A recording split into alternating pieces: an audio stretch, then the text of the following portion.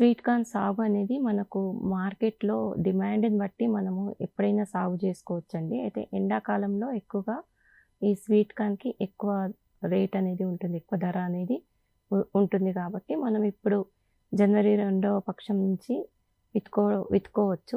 మే వరకు గూడా మనకు ఖాతా వచ్చే రకంగా మనము ప్లానింగ్ చేసుకొని అంటే ఒక ప్రణాళిక ప్రకారంగా ఈ స్వీట్ కార్న్ సాగుని మనం సాగు జేసుకోవచ్చు.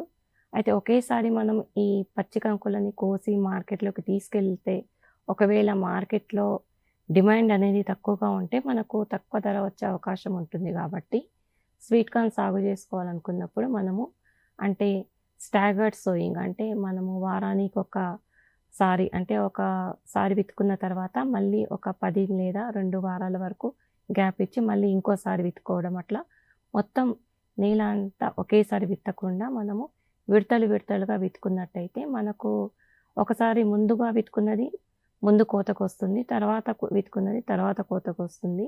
ఎందుకంటే స్వీట్ కార్న్ అనేది మనకు తొందరగా అమ్ముడుపోవాలి. ఎక్కువ రోజులు దాన్ని మనం నిల్వ ఉంచితే దాని క్వాలిటీ తగ్గిపోయే అవకాశం ఉంటుంది కాబట్టి, మనం ఎక్కువగా ఈ స్వీట్ కార్న్ సాగులో ఇది మొట్టమొదటిగా మనం గుర్తుపెట్టుకోవాలి.